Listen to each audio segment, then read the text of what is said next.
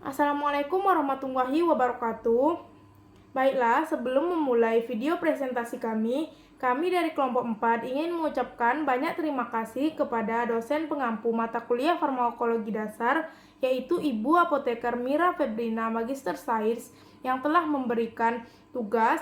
Semoga dari tugas yang telah diberikan, kami dapat memahami materi, lalu menambah wawasan dan ilmu pengetahuan kami. Dan kami ingin mengucapkan terima kasih kepada teman-teman yang telah menonton video kami. Semoga dari video yang kami berikan, kami harap teman-teman dapat memahami materi tersebut. Baiklah, tidak perlu memperpanjang waktu, langsung saja. Tak kenal maka tak sayang, maka perkenalkan, saya Anissa Nanda Utami dengan NIM 2301199 sebagai moderator. Tentu saja saya tidak sendiri, saya bersama teman-teman saya, yaitu ada Ayesa Lira Fazila dengan NIM 2301205, ada Erba Farhalina dengan NIM 2301212, dan ada Nadila Putri dengan NIM 2301222, serta ada Safira Ramadhan JS dengan NIM 2301235, dan ada Siska Maharani Fadilah dengan NIM 2301238, dan ada Suci Arifah dengan NIM 2301239, dan yang terakhir ada Tiara Maulana Putri dengan NIM 2301241. Di sini kami dari kelompok 4 ingin mempresentasikan materi yang berjudul metabolisme obat di dalam tubuh. Kira-kira apa itu metabolisme ya teman-teman? Metabolisme itu sendiri merupakan proses mengubah komposisi obat menjadi lebih larut untuk dapat dikeluarkan dari tubuh atau disekresikan. Metabolisme juga sering disebut dengan biotransformasi. Metabolisme itu sendiri terjadi di hati, yaitu di membran endoplasmic reticulum atau mikrosom dan di sitosol, serta tempat metabolisme yang lain atau disebut dengan ekstrahepatik seperti di dinding usus, ginjal, paru, darah, otak, dan kulit. Baiklah, materi selanjutnya akan disampaikan oleh teman saya. Baiklah, di sini saya akan melanjutkan menjelaskan tujuan metabolisme, di mana tujuan metabolisme terbagi menjadi dua. Yang pertama, mengubah obat yang nonpolar larut lemak menjadi polar larut air, agar dapat diekskresi melalui ginjal atau empedu. Dan yang kedua, merubah obat aktif menjadi inaktif, tapi sebagian berubah menjadi lebih aktif, kurang aktif, atau menjadi toksik. Selanjutnya, tujuan metabolisme obat. Metabolisme mempunyai 3 tujuan utama, yaitu yang pertama, memberikan energi kepada tubuh. Yang kedua, untuk memecah suatu senyawa yang lebih sederhana atau biosintesa senyawa-senyawa yang lebih kompleks. Yang ketiga, untuk biotransformasi senyawa-senyawa asing menjadi senyawa yang lebih polar, larut dalam air, dan dalam struktur yang terionisasi sehingga dapat dieliminasi dengan mudah. Faktor-faktor yang memengaruhi metabolisme obat yang pertama yaitu faktor genetik. Adanya variasi genetik yang mempengaruhi tingkat aktivitas enzim akan memberikan pula variasi dalam kecepatan metabolisme obat. Variasi genetik ini bisa dalam bentuk variasi enzim yang berperan penting dalam ikatan atau transport elektron. Yang kedua yaitu faktor umur dan jenis kelamin.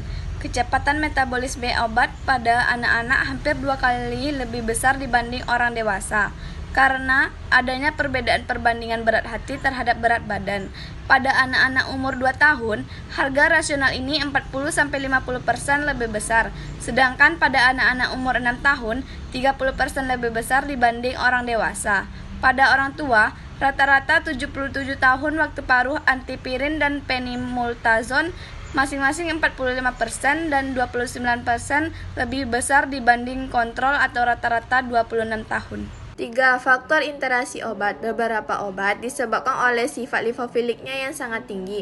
Tidak saja diterima oleh enzim pada tempat aktifnya, tetapi secara tidak spesifik berkaitan dengan membran lipofil pada retikulum endoplasma. Pada keadaan ini, mereka dapat menginduksi enzim kromosom atau secara kompetitif dapat menghambat metabolisme obat lain yang diberikan bersama-sama. Yang keempat, faktor penyakit. Penyakit akut atau kronis yang mempengaruhi fungsi hati akan mempengaruhi juga metabolisme obat. Penyakit-penyakit yang pertama, hepatitis alkaloid, sikrosis, alkaloid aktif atau inaktif. Hemokromatis, sakit jantung, juga dilaporkan menghambat metabolisme obat. Hal ini disebabkan oleh karena aliran ke hati terganggu sehingga untuk obat-obat yang aliran darah merupakan tahap penentu metabolisme juga akan terhambat. Nutrisi pada subjek yang mengonsumsi protein setiap harinya, waktu paruh antipirinnya lebih pendek dibanding subjek vegetarian. Kecepatan metabolisme obat juga dihambat pada keadaan defisien vitamin A, riboflavin, asam askorbat, vitamin E, atau unsur-unsur seperti kalsium, magnesium. Tempat metabolisme obat. Reaksi metabolisme obat atau biotransformasi dibagi menjadi dua, metabolisme obat fase 1 atau fase non-sintetik. 1. Reaksi metabolisme obat ini disebut juga fase non-sintetik atau reaksi fungsional. Enzim reaksi metabolisme obat fase 1 biasanya terdapat pada mikrosoma atau retikulum endoplasma. Makna dari reaksi metabolisme fase 1 ini adalah meningkatkan efek atau potensi bagi suatu senyawa dan memudahkan suatu senyawa untuk bereaksi dengan enzim-enzim metabolisme obat fase 2. Contoh metabolisme obat fase 1 adalah reaksi oksidasi yang melibatkan sitokrom P450, oksidasi, reduksi, dan hidrolisis. Reaksi metabolisme obat. 1. Reaksi oksidasi.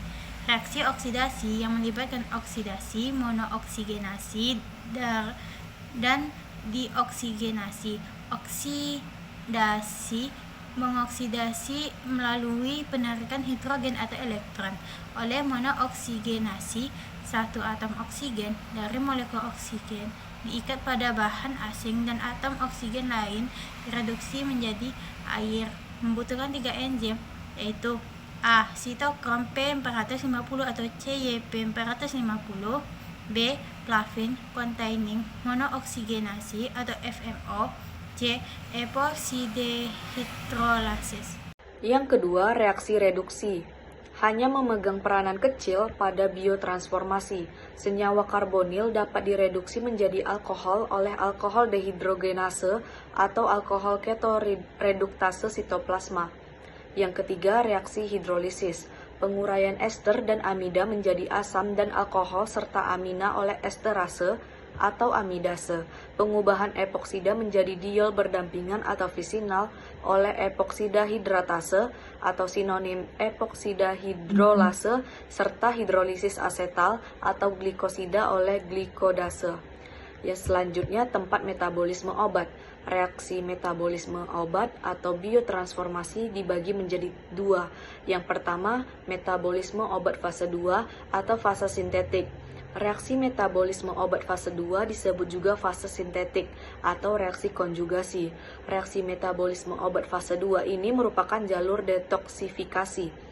Pada reaksi ini menciptakan suatu senyawa yang baru dan biasanya metabolitnya berupa senyawa tidak aktif yang mudah diekskresikan. Makna dari reaksi metabolisme fase 2 adalah metabolit yang terbentuk umumnya bersifat polar atau mudah terionisasi pada pH fisiologi, sehingga lebih mudah diekskresikan dan mengubah molekul obat yang aktif menjadi metabolit yang relatif kurang aktif. Selanjutnya yaitu definisi dan tujuan prodrug. Prodrug adalah suatu senyawa farmakologi atau obat yang diberikan dalam bentuk tidak aktif. Pada saat diberikan, produk dimetabolisme secara in vivo menjadi metabolit aktif melalui proses bioaktivasi. Prodrug adalah bentuk bertopeng obat aktif yang dirancang untuk menjadi aktif setelah proses enzimatik atau reaksi kimia setelah mereka diberikan ke dalam tubuh.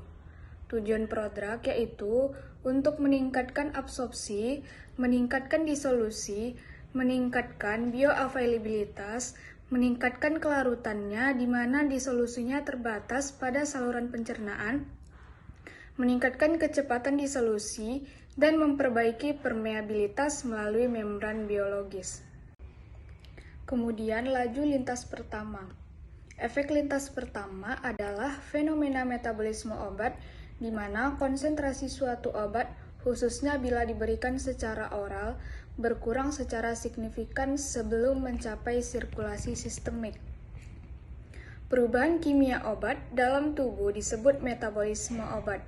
Farmakologi efek lintas pertama terjadi ketika obat di metabolisme di tempat tertentu di tubuh menghasilkan konsentrasi zat aktif yang lebih rendah ketika mencapai tempat kerjanya.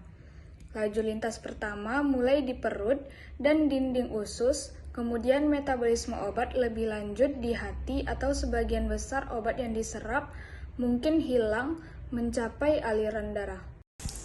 Inhibitor dan induktor enzim di metabolisme obat. Inhibitor enzim juga sering disebut metabolit karena terjadi metabolisme substrat yang terputus atau kontagonis. Dan selanjutnya aksi enzim juga terhambat. Dengan menghambat kerja enzim yang berkaitan dengan terhadap pengaduan kecepatan suatu reaksi adalah sangat efektif. Inhibitor dibagi menjadi dua kelompok, yaitu inhibitor reversibel dan inhibitor irreversibel. Yang kedua, induktor. Induktor merupakan zat yang mampu meningkatkan kapasitas metabolisme dengan menginduksi enzim pemetabolisme. Berikut beberapa induktor enzim. Yang pertama, fenobarbital dan turunan asam barbiturate. Yang kedua, metilkolanteren dan senyawa hidrokarbon aromatik. Baiklah, sekian dari video presentasi kami. Kesimpulannya, metabolisme itu adalah proses mengubah komposisi obat menjadi larut agar mudah diekskresikan. Lalu metabolisme terjadi di hati atau tempat lain terjadinya seperti dinding usus, ginjal, paru, darah, otak, serta kulit. Sekian dari kami, lebih dan kurang kami mohon maaf. Wabillahi taufiq wal hidayah. Wassalamualaikum warahmatullahi wabarakatuh.